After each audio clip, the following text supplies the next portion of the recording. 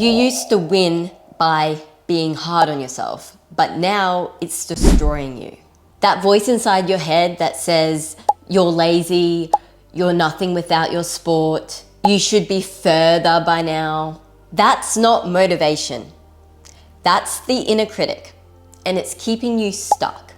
To set the scene here, your high performance environment that you had as an athlete instilled this inner critic, okay? And your worth and everything you achieved was conditional on a particular input, okay? The input of hard work, consistent effort, training, recovery, nutrition, all of those inputs resulted in an output, okay? And obviously the output that was favorable was winning, performing, status, medals, trophy, money, you name it, right?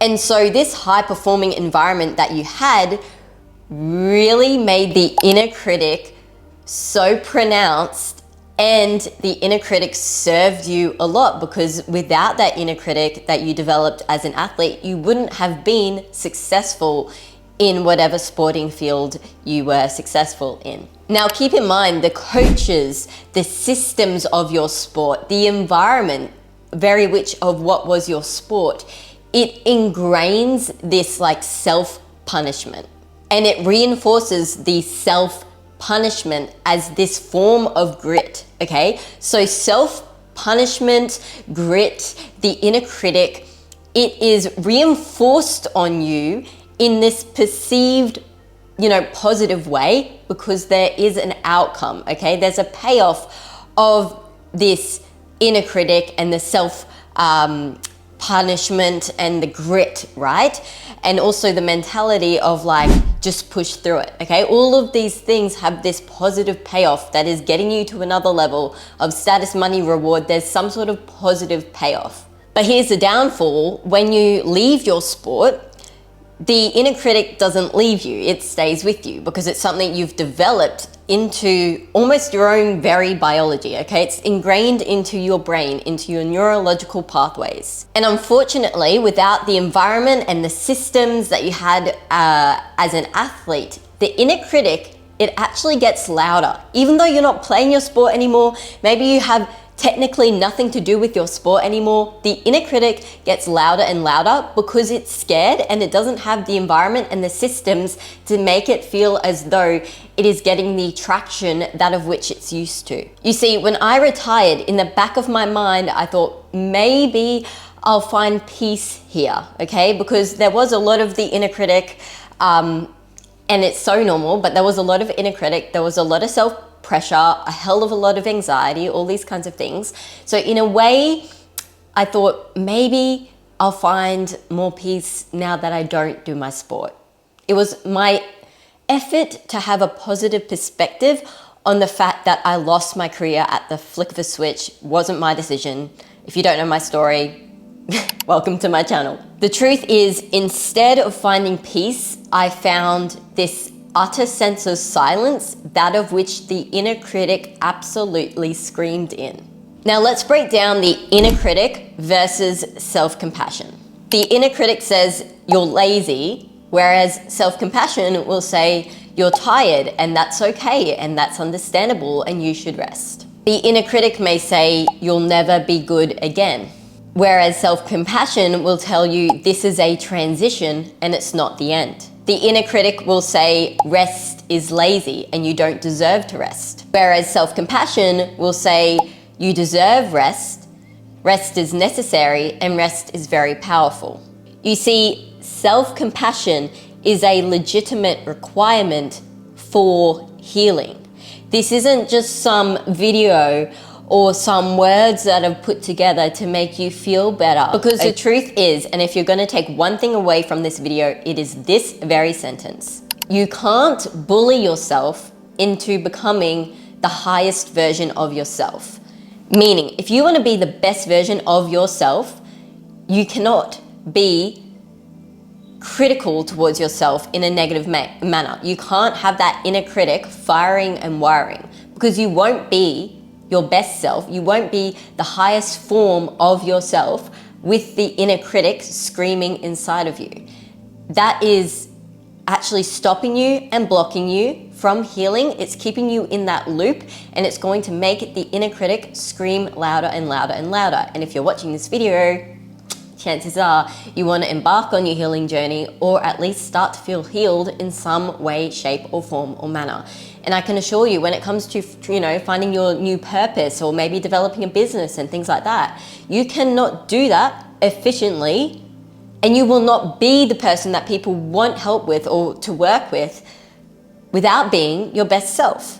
You see, people can sense energy, okay? If someone walks into the room, you can sense their energy, right? Due to their body language, and sometimes you can literally just sense it, right? Like, I can sense when an anxious person walks into the gym. I can just sense it, right? I don't even know their name. I don't know anything about them, never seen them before, yet I know they're anxious and they don't feel comfortable in the environment, okay? You can sense people's energy. So in the future, how are you going to attract, for example, a loving partner, or the right business partner, or people who want to work with you? Let's just say from a business perspective, how are you going to attract that when you are giving out an energy of, I'm so hard on myself, I hate myself, I'm never good enough? Because that is the inner critic speaking. Now, how the inner critic showed up when my, sporting career ended was constant blocks of not being able to step forwards into my healing journey, okay? One was like, that I hated myself, I didn't know who I was. I hated what had happened, even though it wasn't my fault. I hated that it had happened. I hated that, my career ended. I hated how lost I felt, confused I felt, overwhelmed I felt. And because I hated it, the inner critic fired and wired to enhance those negative emotions and make them even more pronounced. And how are you going to help yourself? How are you going to have the courage to heal or ask for help when you don't even like yourself, okay? So that's how the inner critic really affected me. Now, the turning point for me was realizing that, well, firstly, my worth was not tied to my sport or any of my achievements. But also a huge turning point was genuinely realizing that I actually hated myself, okay?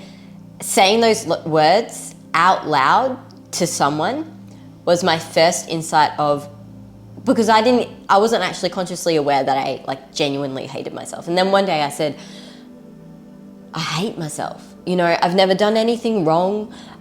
There's no reason for me to actually hate myself, yet I hate myself. And the reason, theoretically, is because I don't like who I am. Not from an outsider perspective, but I didn't like who I was because I didn't know who I was. I didn't know who I was without my sport. So the true turning point for me was truly recognizing, accepting, and saying out loud, I hate myself. And then the turning point was like, oh wow, no wonder you can't heal, and no wonder you can't feel better. How are you going to heal? How are you going to look after yourself? How are you going to ask for help when you don't even value the person that you are? When you hate yourself, your value and your self-worth is so down the drain. So that was the turning point for me. Now, 3 practices that helped me and that will also help you shift from the inner critic to self-compassion, that of which you need to do in order to begin healing and to feel better and to find your purpose, know who you are, etc. Number 1 is noticing the voice, of course. So meditation actually helped me realize that the inner critic is a voice, but the inner critic is not who I am. And it is, for me and for many others, it will be this inner child part of you who is really scared because they are no longer in control, okay? When you lose your athletic career, you may feel like you're not in control anymore, especially if you lost your career due to some sort of unforeseen circumstance. And that makes you hate yourself because you are no longer in control. And for a lot of, children, when they had control, they felt like they could protect themselves. I know when I felt like I was in control, I felt like I was protecting myself. And there's a true story behind that. So realizing that the inner critic is just a voice and it's not who I am through meditation really helped me. The second one is rewriting the script. So every time I noticed the inner critic, not just in meditation, but in day-to-day life as well, I would acknowledge it and say, Thank you for trying to protect me. I wouldn't say it out loud. I'd say it through my own thoughts, but I'd say thank you for trying to protect me. But I'm choosing a new story now, okay? Because again, the inner critic voice is just a story. It's just a narrative that you have ingrained and, made even more pronounced due to the industry, that of which athletic sports is, right? Or athletic training or elite performance-based sport, right? And so acknowledging that the inner critic is there to protect you, but it's actually not, right? And then saying to yourself, I'm choosing a new story, I'm choosing a new voice, helps you transition. And the third one is speaking to myself like I would speak to a teammate or I would speak to a best friend. I had to learn how to be my own best friend. I had to learn how to speak to myself in a kind manner. Like, would you genuinely tell a teammate of yours that you're worthless now that you've lost your sport? Would you ever say that to them or even think to say that to them? Obviously no. So why do you say it to yourself? You say it to yourself because of the inner critic and it's been wired into your brain, but it's not true, okay? And when you start to talk to yourself as though you would talk to your best friend or a teammate, then you realize how the inner critic is just a voice. It's not who you are, it's definitely not true, and it's definitely not serving you. So you can almost catch yourself in the act when you are having thought patterns that are coming from the inner critic. Now, onto the truth that any ex-athlete needs to hear. Firstly, your inner critic helped you survive in your sport. I understand completely, elite sports are extremely harsh, okay? And so it helped you survive that extremely harsh environment. But also understand that the inner critic can't help you thrive in this new chapter. And in fact, it will do the opposite of assisting you to thrive. It will make you feel deprived. You're not lazy, okay? You're healing and you're not broken. You are evolving, but in order to truly evolve, you need to become aware of this inner critic and change the story, change the narrative, and talk to yourself like a teammate or your best friend. The future you need has the future you in it where you don't punish yourself. The future that you truly want has a future version of you where they love themselves and they talk to themselves in a kind, compassionate manner. Because again, if you hate yourself, then you can't have that future, because that future that you want, which is, obviously positive, that future that you want with that person of positivity can't hate themselves. So to finish off here, I'm going to invite you to reflect. What is one thing the inner critic said to you today?